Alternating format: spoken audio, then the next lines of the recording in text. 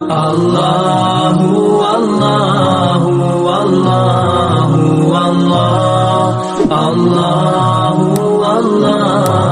اللہ۔ السلام علیکم ورحمۃ اللہ وبرکاتہ۔ ایک سنجیدہ مسئلہ ہے اور آپ حیران رہیں گے اور شاید آپ سوچتے ہوں گے کہ جی روزانہ کوئی نہ کوئی مسئلہ ہوتا ہے،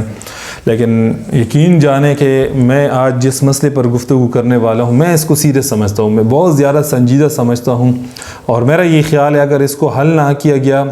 ترجیحی بنیادوں پر توجہ نہ دی گئی، تو شاید مسئلہ بہت زیادہ دور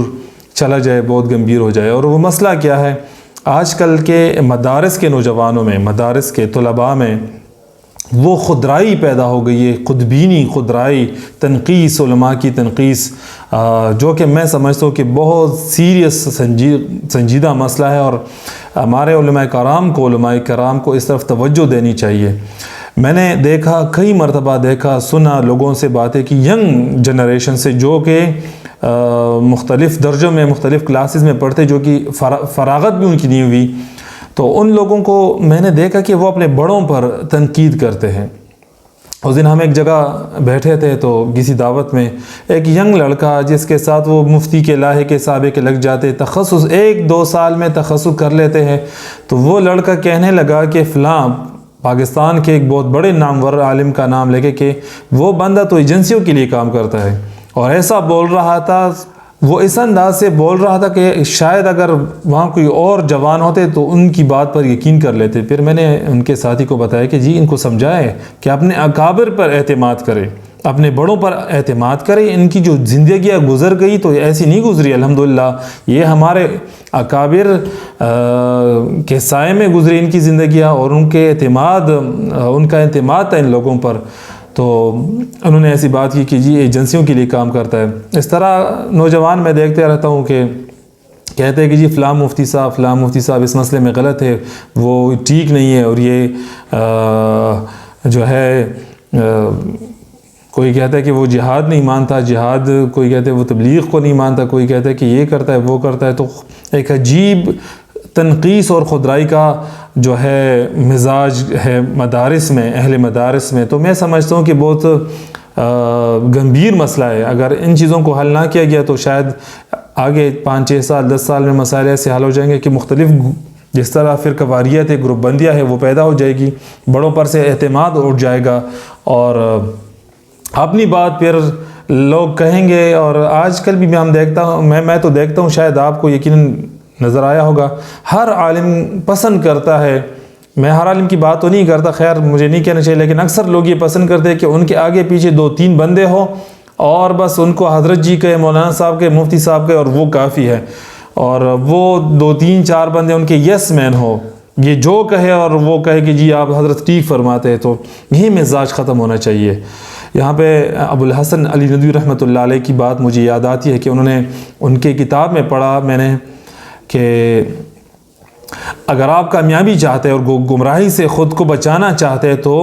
آپ اکابر علماء پر اعتماد کریں، جمہور علماء نے جو کچھ کہا ہے ان پر اعتماد کرے، اور خودرائی اور تنقیص سے بچے۔ تو یہ مسئلہ مجھے کافی گمبھیر سا لگتا ہے۔ میں اساتذہ کرام سے، اہل مدارس سے، علماء کرام سے درخواست کرتا ہوں کہ بچوں کی تربیت ایسے انداز سے کریں کہ وہ بڑوں کی بات مانیں۔ ٹھیک ہے، کوئی نئی تحقیق آ جائے، کوئی علمی بنیاد پر کوئی ایسی بات آ جائے کہ جو واقعی قابل فہم بھی ہو اور قابل عمل بھی ہو، بندہ دیکھ لے، لیکن وہ بھی عزت کے ساتھ، ادب کے ساتھ، بڑوں کی تحقیر نہ کرے۔ تو ان مسائل سے ہم خود کو بچائیں۔ اور ایک اور ہے کہ مدارس میں موبائل کا استعمال حد سے زیادہ بڑھ گیا ہے، جو تقوی بندے کی تقوی ختم ہو جاتی ہے اس کے ساتھ، کیونکہ اس میں فیس بک پہ اور یوٹیوب پہ جو چیزیں چلتی ہے تو اس سے بھی ایک ماحول خراب ہوا ہے، تقوی کا اہتمام نہیں ہے، اور پھر طلباء کی استعداد بھی متاثر ہو جاتی ہے۔ تو میری رائے ہے، درخواست ہے بڑوں سے کہ ان چیزوں سے طلباء کو بچائے، تربیت کا اہتمام کرے، شیوخ کے پاس ان کو بھیجا کرے، اور اہل اللہ کی صحبت میں ان کو بھیجا کرے تاکہ ان کی تربیت ہو۔ تو آخر میں پھر کہتا ہوں کہ نوجوانوں کی خدمت میں میری درخواست ہے کہ ان علماء کے خلاف بس زبانی نہ کرے، الزامات نہ لگائے جن کی داڑھیاں سفید ہو گئی کتابوں کے ساتھ، جو اپنے بڑوں کے منظوری نظر تھے اور بڑوں کا ان پر اعتماد تھا۔ تو ہمیں بھی چاہیے کہ ہم اپنے بڑوں پر اعتماد رکھیں، ان کی بات مانیں اور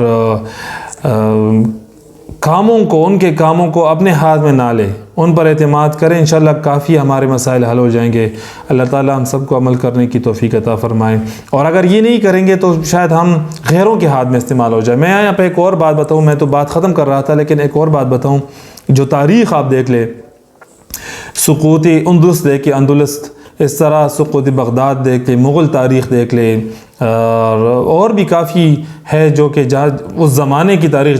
جس میں مسلمان پیک پر تھے، ایک خاص مقام پر تھے، لیکن مسلمان وہاں سے نیچے گر گئے۔ گرنے کا مطلب ہے کہ بالکل ایسے گرے کہ پھر ان کو ترقی اور حکومتیں نہ ملی، خلافتیں نہ ملی۔ وجہ کیا تھی؟ تو ایک چیز میں نے نوٹ کی اس میں کہ وہاں پر غیروں نے جو کام کیا وہ کام یہ تھا کہ نوجوان علماء طلباء کو اپنے بڑوں کے خلاف اکسایا، کسی کو ایجنٹ کہلوایا، کسی کو سرکاری مولوی کہا، کسی کو جمہوری مولوی کہا۔ تو اس طرح نوجوانوں کو کھڑا کر کے غیروں نے اپنے مقاصد پورے کیے۔ یہاں پہ ایک اور بات بتاؤں کہ مفتی تقی عثمانی صاحب دامت برکاتہم العالیہ نے لکھا ہے قتل اور خانہ جنگی، ایک کتاب ہے ان کی چھوٹی سی، ان میں اس کتاب میں ایک واقعہ انہوں نے لکھا ہے کہ امام احمد بن حنبل رحمۃ اللہ علیہ بہت بڑے مجتہد اور فقیہ اور محدث گزرے ہیں، اور بڑی عجیب ان کی شان تھی، بہت بڑی شخصیت تھی۔ تو عباسی خلفاء نے ان کو کافی زد و کوب کیا تھا، کافی مارا تھا، سزائیں دی تھی، لیکن جب وہ نماز پڑھتے تو پھر انہی خلفاء کے پیچھے نماز پڑھتے۔ تو کسی نے کہا کہ حضرت ان کے پیچھے تمہاری نماز نہیں ہوتی؟ تو امام صاحب نے، امام احمد بن حنبل رحمۃ اللہ علیہ نے فرمایا کہ جی مجھے معلوم ہے کہ ان کے پیچھے میری نماز نہیں ہوتی، یہ نماز میں گھر میں دوبارہ پڑھتا ہوں لیکن امت کی اجتماعیت خراب نہیں کرتا، میں امت کی اجتماعیت خراب نہیں کرتا۔ اب میں کھڑا ہوں گا کہ ان کے پیچھے نماز نہیں ہوتی تو میرے ساتھ اپنی فوج ہوگی، لوگ کھڑے ہو جائیں گے، معتقدین کھڑے ہو جائیں گے، متعلقین کھڑے ہو جائیں گے، اور ان کے پاس فوج ہے تو پھر مسلمانوں کا خون اس طرح بہنا شروع ہو جائے گا۔ تو اجتماعیت یہاں پہ دیکھیں، یہاں پہ بتاؤں گا آپ کو